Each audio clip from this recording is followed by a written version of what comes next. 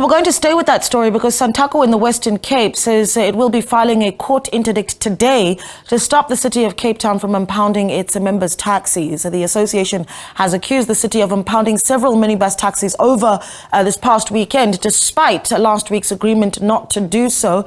Last week, Santaco embarked on a strike after the city traffic officials used a new bylaw in the National Land Transportation Act to impound taxis for various offences.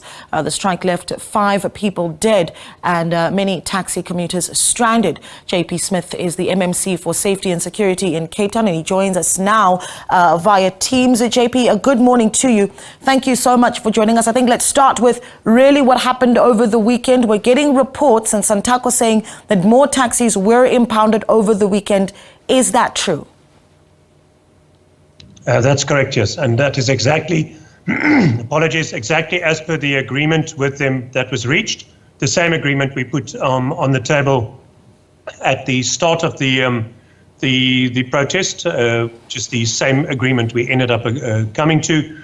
And in terms of that, there are 5 things that we impound for, 5 major offences that remain impoundable during the 2-week period when we negotiate, those being driving without an operating license, off route, in other words, contrary to the conditions of the operating license, without a driver's license or PRDP, and for an unroadworthy vehicle. And that's exactly what we impounded for this weekend. There was one mistake. There was an overloaded vehicle that was impounded, but it was severely overloaded to the point where it threatened the safety, but that impound was ceased and the vehicle returned. So we have held to the agreement.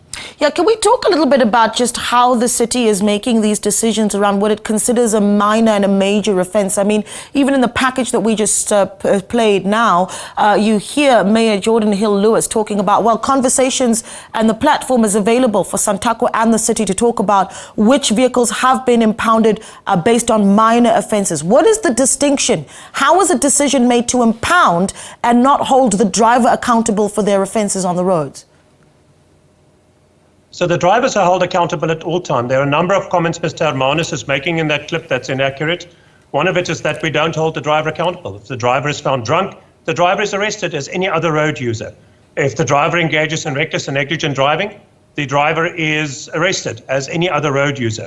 If the driver disobeys a traffic signal, the driver is fined as any other road user. We issue, for every 1 impoundment we do, we issue about 50 fines. So we are still predominantly using fines to correct the behavior. Impoundment takes a lot of time, so there's a natural logistical cap to how many impoundments can be done, and we only impound for serious moving violations. Let's just be clear, we are not impounding vehicles in terms of the city bylaw. Legally, we're entitled to do so, but we are doing all the impoundments in terms of the National Land Transport Act. And the impoundments have been going for a very long time and are being done all over the country. In KZN and Gauteng, these impoundments are being done everywhere in South Africa, so it's not unique to Cape Town. Mr. Hermanus says we impound for frivolous stuff. We couldn't find any in the list. All the impoundments are for serious moving violations. The Act does allow for impoundment for every offence. So let's be clear, the Act says that all of those 50 extra fines we write could also be impoundments. The officers use their discretion to limit that only to serious moving violations, driving into oncoming traffic on the wrong side of the road, driving on the shoulder of the road, driving on the sidewalk, ignoring stop streets and traffic lights, drunk taxi drivers, etc. And we take action against the taxi driver, but also the owner, because you have a business on 4 wheels. You, when you apply for that operating permit, you say, I'm a fit and proper person to hold such a license, and therefore you are obligated, as any business owner is, for the conduct of your driver while they're driving. If you own a restaurant and people get poisoned in your restaurant, it is you as the restaurant owner who is sued, not the chef. And so accountability for the carnage on our roads, the 12,500 people who lose their lives, many of them in public transport vehicles, must also lie with the owners. They must appoint fit and proper drivers. Yeah, let's talk a little bit about what happens now, because the real concern here obviously is going to be those that are most impacted by this ongoing tension between the city and Santaco, and that's the commuters, that for the most part really just want to travel to be able to get to work and feed their families. So when we see these impoundments continuing, does this not even jeopardize perhaps what some may call the goodwill extended by Santaco as an indication given over the weekend to end the strike? I mean, How then, what's the security that you give to commuters in the city?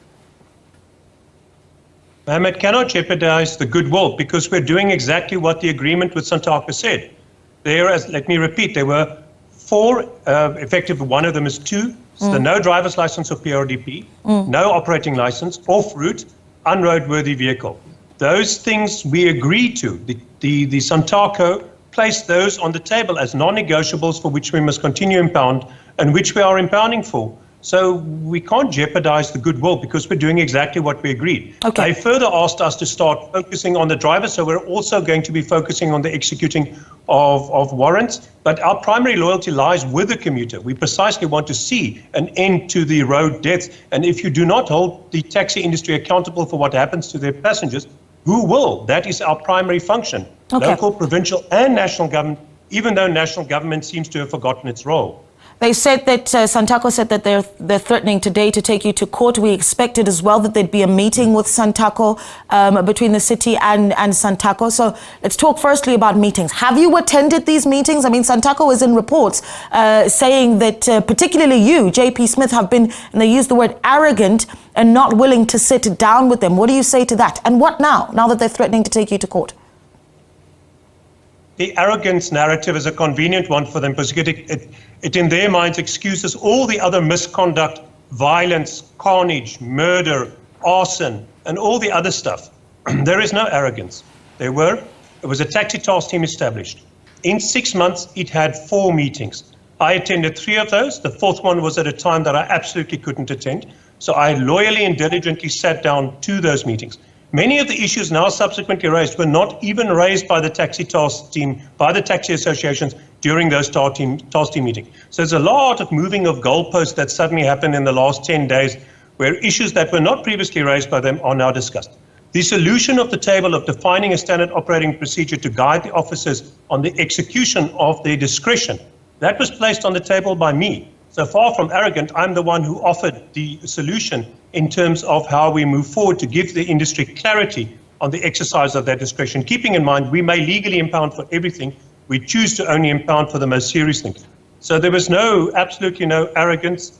What there is, though, is a commitment to law in South Africa, which is a serious problem with the rule of law and it being ignored.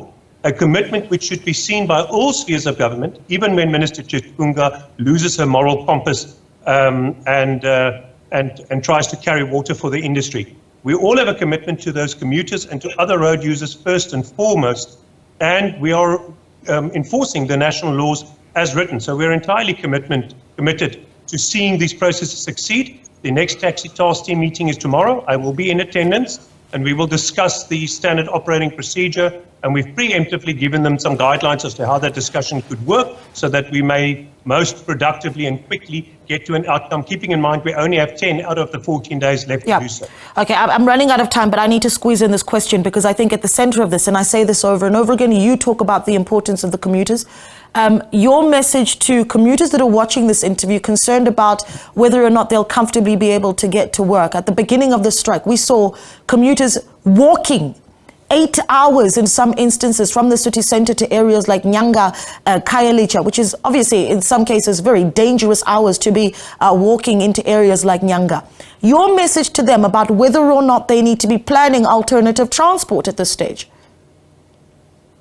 So, ma'am, the reason people walked along the road was entirely because of the cruelty of Santaco, who announced a strike in the middle of the day.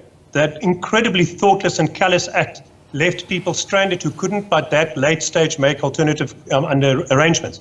Secondly, the rest of the public transport industry, except now what has already been burnt and destroyed through arson in terms of the rail infrastructure, also largely at the hands of the taxi industry, as the witness evidence in one of those trials indicated, would carry the load were it not for the arson and attacks on those vehicles.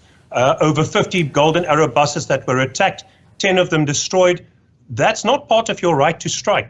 Arson does not become a legitimized action when you strike. It's still a crime. It's evil. And so were it not for the violence perpetrated by some of the stakeholders in that minibus taxi industry, we would not have that problem. And finally, We did build into the agreement several mechanisms to try and prevent Santaco from behaving that recklessly again, one of which is a de-escalation mechanism, so that there is a process by which they announce that there's a problem and through which we then respond. And secondly, that they agree that they will not call a strike with less than 36 hours notice, so they can't sabotage commuters again in the way they did last time. And remember, last time they were quite sadistic. They purposely created 30 taxis that drove out of the city slowly, blockaded the roads, burned vehicles in off-ramps to prevent people from leaving, and created that incredible traffic jam. It was a calculated and intentional thing they did. The video footage of it is clear and abundant. And that's just an incredibly thoughtless and cruel thing to do to all road users and commuters. All right, Mr. JP Smith, we're going to have to leave it there. Thank you so much for giving us your time in this ongoing discussion. Of course, we are going to be reaching out to Santaco in the Western Cape as well. JP Smith is the MMC for Safety and Security in Cape Town.